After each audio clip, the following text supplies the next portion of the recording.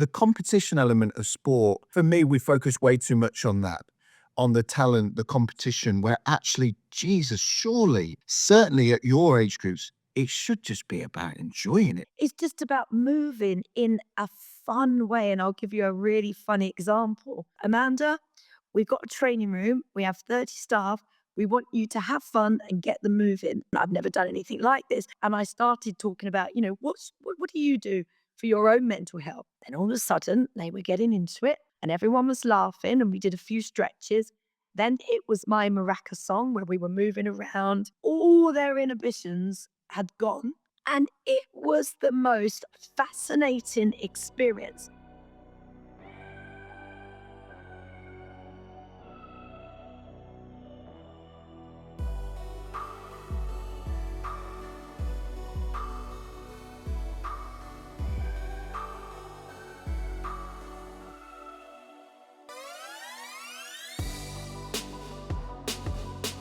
Hi, and welcome to another episode of the Drive Phase podcast from Coordinate Support. Again, apologies if you're tuning in and expecting the dulcet, smooth tones of our founder, James Moore. But again, you're stuck with me, Andy Hicks, Managing Director of UK of Coordinate Sport.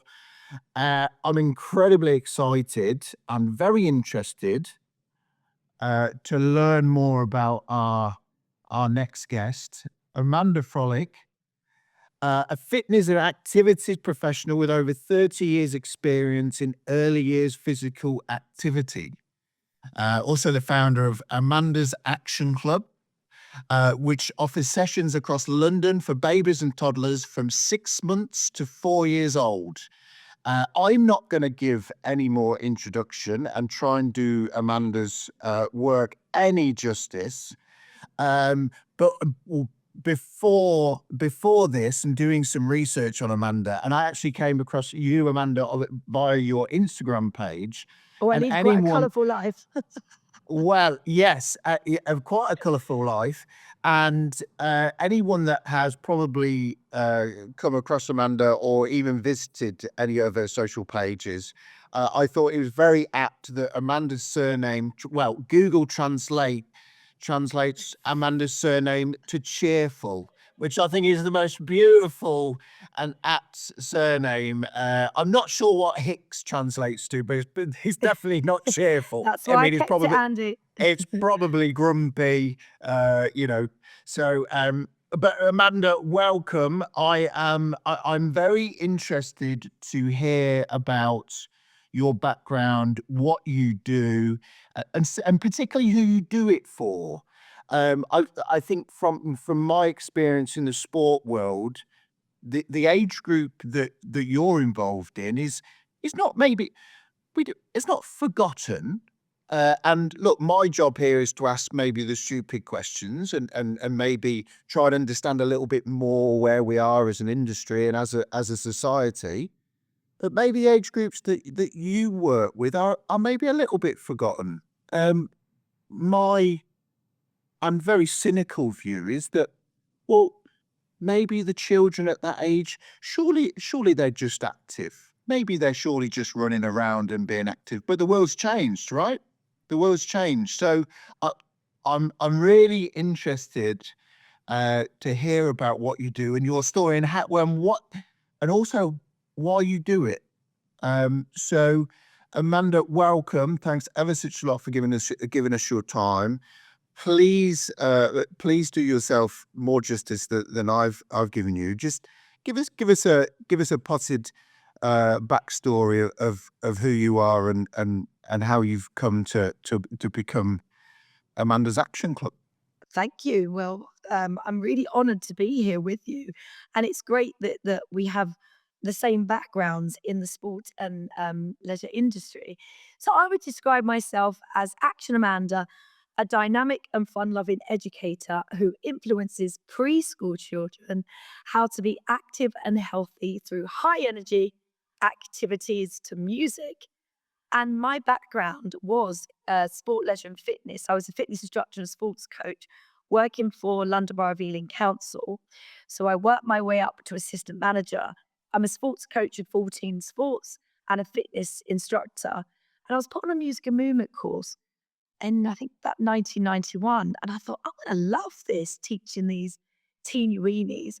So I developed my own way of teaching, and that is using lots of props, spider balls, pom-poms, streamers, dinosaurs, shaky eggs, maracas, parachute, you name it. I get these children to work with these props in a physical and a fun way. I then link a song and then link everything to the early years foundation. So it's a bit like learning through play the Action Amanda way.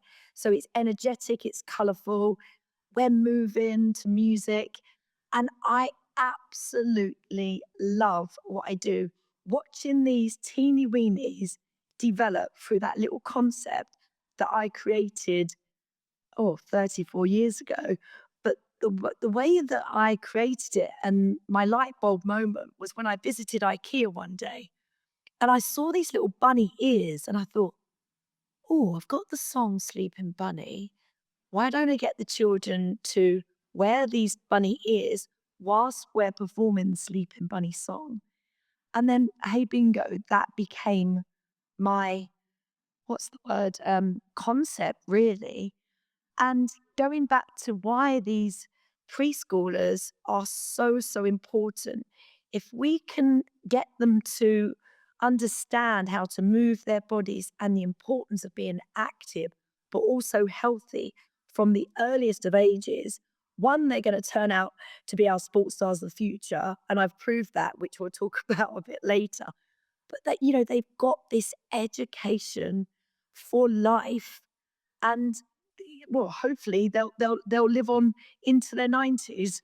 And I guess like this is where it starts, right? Yeah, That like this like the age that you're educating and teaching at. This is like if we don't start here, then and we only try and influence them when they get to 6, 7, or 8, 9, too 10. late.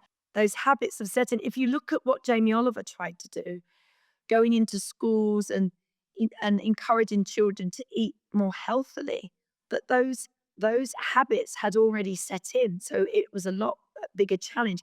So, for instance, my daughter, when she was about 2, if I was cooking fresh, because I always cook a fresh dinner every night, I would sit her on top of the kitchen um, you know, worktop with me. She would be tasting all the fresh ingredients and helping me throw things into the wok. So again, if we can teach children repetition and these healthy habits and healthy activities at an early age, then that is key for me. It's so, so important. And actually, next year, I want to make a documentary called Where Are They Now? And I'm going to interview 20 children to find out how they're excelling through life, going through my program from that early age. It'll be amazing. I'm so excited about that. That's really interesting. That's really interesting. Yeah, I would love to stay in the loop on that. I'd love to stay in the loop on that. And I guess we certainly from a sports point of view, we do focus so much on talent and competition and oh, there's that that kid's slightly better than that kid, and maybe they could become. But actually, this is for me, this is so much bigger than that. This is about the fundamentals of small human beings and how this can change their lives. I don't think that's a too big a statement, right? And again, I do get frustrated with the amount of evidence that everyone seems to know and understand within sport and recreation and health and fitness. All the evidence points that active people, active children create better human beings, happier human beings, less obese human being. Like the evidence is so overwhelming, but there still seems to be, whether that's reluctance from the states, from from schools. I don't know. It just seems to be that there's still a reluctance on really embracing sort of physical activity, and it's, I don't know, I find it hugely frustrating.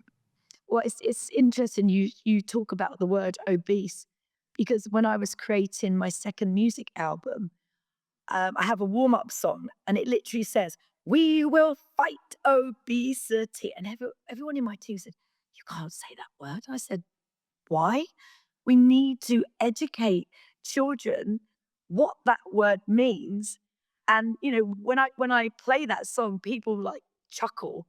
But it's such a serious issue, and I think I would love to be known as the female Joe Wicks for preschoolers because I'm doing the same thing, teaching children how to be active and healthy, but from the earliest of ages. And it was interesting when you mentioned competition. For me, if you can teach children how to be active but make it fun, and take out that competition. For instance, if I was to teach the children in my classes races, what we do, we all line up and I'll say, "Show me a tight body, hard body, ready, steady, go." And the amount of parents now that come up to me, for instance, I'm in Chiswick now, I'm in their committee room, as you can see.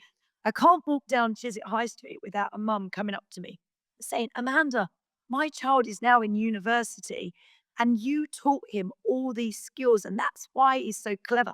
Or a mum might say, "Amanda, when I'm in a park, we always do the tight bodies, hard bodies, because children remember just these little things that I've taught them that are fun. And it's all about repetition." But I must say, sometimes in the class, I do say, "Adults, your child is going to win that sports race because Action Mounder has taught them my way." Yeah, yeah. And I do. There's the. I must admit, I've learned a hell of a lot over the last 12 months around the sort of direction of travel in the industry, and certainly around sort of things like play their way, and listening to some really experienced coaches talking about really embracing play even at a higher age group. And I was fortunate enough to be at a Manchester Coaching Festival where I was listening to some people like Justin Price, who's ex head of coach education at the FA, really talking about how sport in itself and the way sport is structured around teams isn't necessarily the most inclusive and enjoyable way for kids to be physically active. And there's a real thing around what traditional sport embracing what I maybe consider when I was a child, mucking about, having a bit, because that's how I stayed active as a kid. I'd go out. I mean, I'm not sure what we did, but we'd go out, we'd go to the park, and whether that was with a ball or swings or whatever it might, but we were essentially mucking about. And there's a push now to create that in a more structured way. And again, it's all about the enjoyment. And I just the competition element of sport, for me, we focus way too much on that, on the talent, the competition, where actually, Jesus, surely, and it's like, certainly at your age groups, it should just be about enjoying it, right? Like this, that should just be the only real. Yeah. It's just about moving in a fun way. And I'll give you a really funny example. I insure with a company called Mortimer Michel. And for World Mental Health Day this year, they gave my only brief was, "Amanda, we've got a training room. We have 30 staff. We want you to have fun and get them moving." So I thought, this is going to be my element. I've never done anything like this.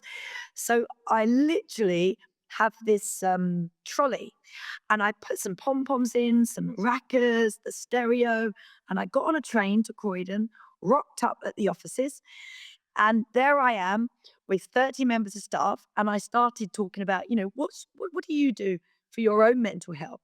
And they started to say, "I read, I jog, I swim."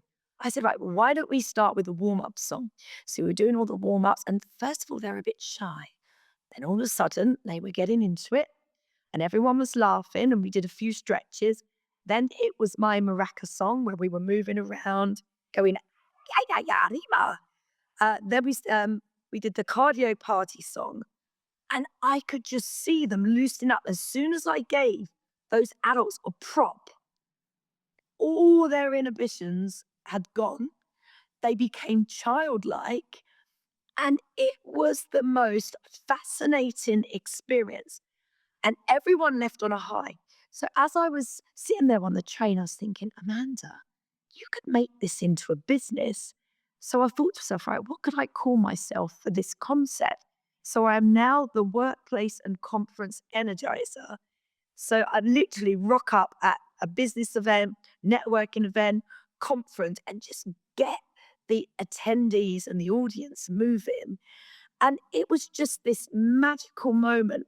So, like what you're saying, as long as you make physical activity fun, and whether it be a child or an adult, and they're enjoying it, and going back to the preschoolers, sometimes when I put out some props, let's say for instance, I wanted to sing my healthy eating pop song, and I've got these play fruits and veg, and all they have to do is piece them together. They're split in half. Sometimes as adults, we have to just literally let them watch well, we watch them and they start exploring because children learn through playing and exploring. And then once we start singing the I Can Eat a Rainbow song, then again, that brings in my concept of play, exploring, using their imagination, being creative, but then moving and dancing to the music. And yeah, that it just seems to work. That is the concept. I know I've got the answer to help tackle this obesity crisis. But you're only one person, right? You're Exactly. what you're what. So I suppose, and I don't want to sort of have a sort of a negative narrative around this concept. But why are you needed? Why isn't this widely utilized? What's stopping us? Well, I think for me, if you look at who I am and what I do, so it's me, the personality, it's the music that I create. I produce music that's adult production, but for children. So adults don't mind listening to it at all. And I think with music, as soon as a child hears music, they automatically want to move. So I create my music that has that beat, boom, boom, boom, so they can jump, jump, jump. So I think that's very, very key. The concept that I use with the props, again, engages them. It's my personality and it's the education behind what I do. And yes, I am only one person, but this is why I am now creating a franchise of what I do. Because as Tony Robbins says, if you don't delegate, you'll never elevate. And I think I've done a pretty good job in London getting these children moving and educating, but it's now time to scale. And I was always thinking, apart from a franchise, I don't really want a franchise, but how can I scale this? So I've actually created myself as an animation TV series. So Coach Amanda and the Actimates Get Active with Your Mates are going to take 2025 by storm. I've just received £40,000 investment to make the pilot of my animation TV series. And now we're seeking a £1.3 million investment to make the series. So the Actimates and Coach Amanda, they use their sporting skills to solve many, many problems. I can't give away too much, Andy, but watch this space. Action Amanda, sorry, Coach Amanda in this instance is going to finally be global. And I'm hoping that will help me scale from one person to many around the world. And we're hoping also if we can get some sponsorship from Nike, Adidas, who knows where we can take this. And like Joe Wicks, I would love to travel around the world and show what I can do globally. So that is my answer to spreading this message and hopefully encouraging children around the world to be healthy and active. Well, that sounds incredibly exciting. I think, What so it just is will that program be targeting parents to work with their children, or is that in a educational setting to work with the children, or both, or Yeah, what it's gonna do is whilst the children are watching, they're not gonna be sitting watching. So it's gonna encourage them to actively move, and we're gonna give the children lots of activities to do. So yes, this is not sedentary watching. And again, my motto has always been children move better when adults move with them. So the Actimates will also be encouraging the adults to participate in this, Andy. We've got it all covered. Trust me. wow, wow. and so that's all in the pipeline for 2025. You're going to continue to run Amanda's Action Club in London, which I see from your Instagram page. There's some pretty high profile people that you've worked with. I mean, and David Beckham. Wow. I mean, people say to me, Amanda, how do you attract these celebrities? And actually, I was going to put a post on LinkedIn. Andy, you tell me, do you think that those that live and work in London have an advantage to those who don't? What do you think? I'd like to ask you that question because I feel that in London, I just love networking. People call me the networking queen. But there are so many business events that I can just hop on a train to, go to after work. I just think it is a real land of opportunities. Sometimes I have to picture myself. It's a bit like I used to play Monopoly as a child, and you would see, Mayfair and Liverpool Street.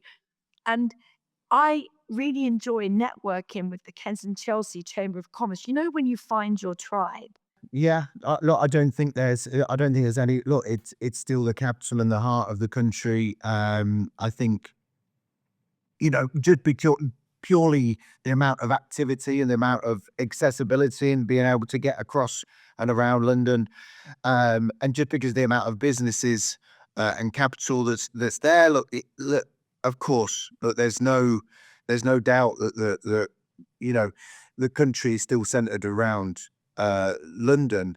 I think is what has been interesting from a sort of a traditional sports point of view is that certainly how a lot of sports and a lot of businesses around sports have maybe come out of the capital now. So certainly during COVID and post COVID, where there isn't necessarily that need for a substantial office space, and you see that Manchester, there's a thriving sports community up in Manchester around the Etihad campus, and there's lots of national governing bodies and British cycling and lacrosse are up there.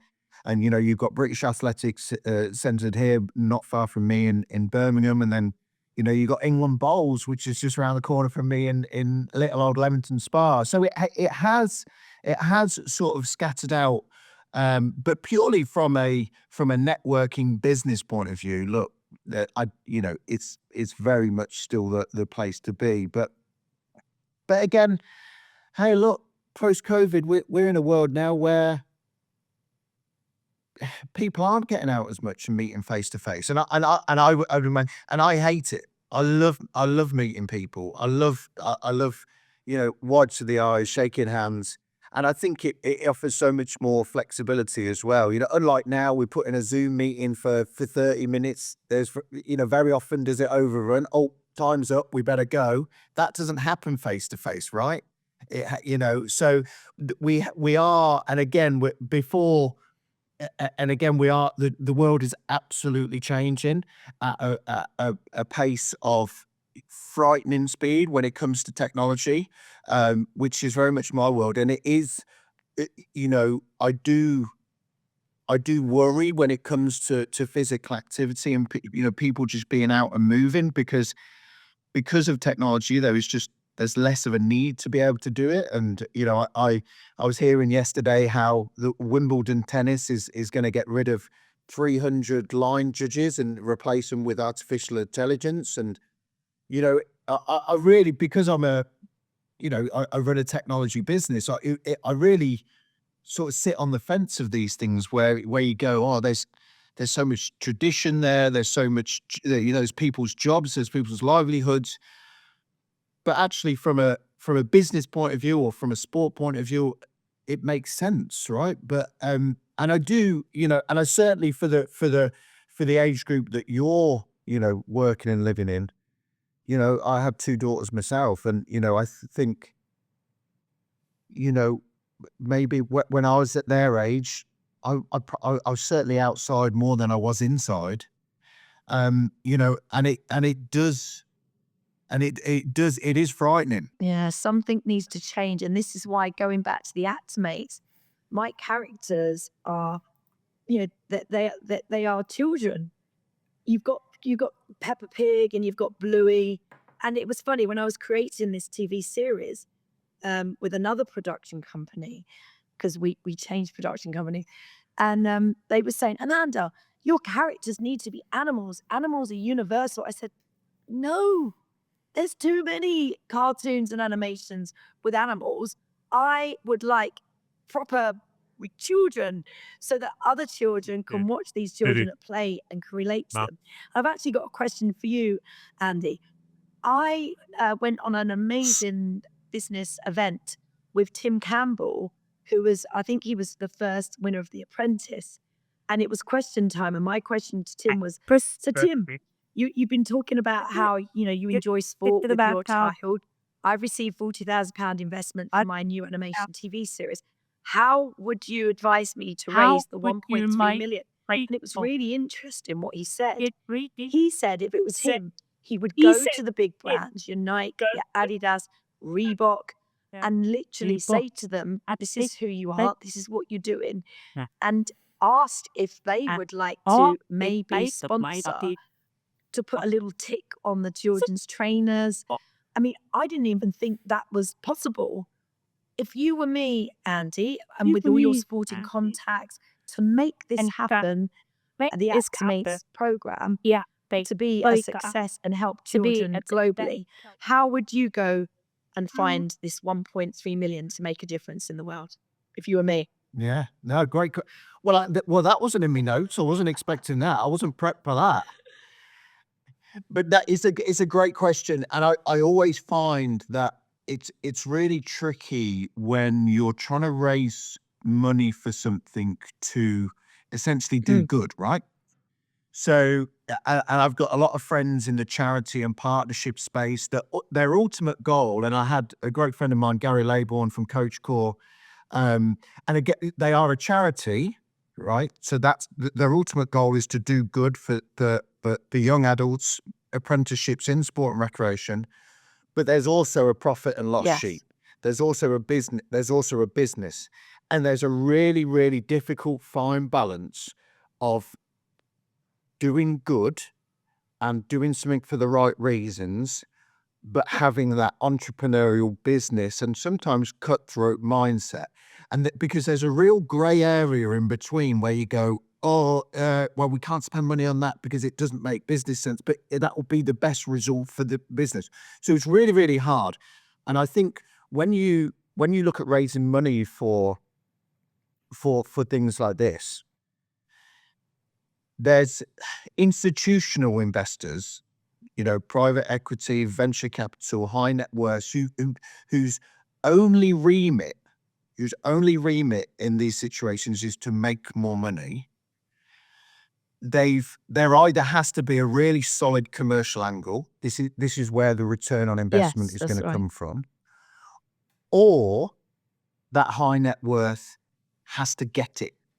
Has to get the industry, has to get the problem, maybe has a emotional attachment to that problem. So it's really interesting that Tim mentioned brands, because ultimately when we look at sport, brands is where almost all the money comes from. Now, what I mean by that is even at a Premiership football level, the majority of the money comes from broadcast money. So that's TV money. But where does that money come from? Yes, there is a bundle, there is a membership subscription fee, but actually a lot of the money comes from the advertising opportunities, which come from the brands. So ultimately, if you trace the money back across sport, recreation, leisure, it's actually the brands, it's those commercial operators that actually fund a lot of what we do. Now, when we talk about brands and raising money from them, again, there's two things: is that are they aligning themselves with something that does good? Is there a message that brand wants to be aligned to? If there's a tick, and it certainly sounds like there's tick, that's the tick. But then the more commercial cutthroat part of that is, how does that brand then engage with the audience that you're Yeah. working with? Because that's where they can put a monetary value next to it. Okay, so there's two messages. There's the for good message, but it also has to be backed up by a really solid commercial model. Whereas if you support this, the people that watch it will be X, Y, and Z. The people that you'll then be able to engage with and promote a story to will be X, Y, and Z. And then that marketing department of the brand can go, okay, we get it, right. We'll be able to engage with 100,000 children between the ages of X and Z, or adults within whatever those metrics are. So there's two angles, but yeah, if you look at outside of those brands as well, there's a lot going on in sort of the insurance space, in the food space, in the there's so many brands that align themselves with sport and physical activity and leisure.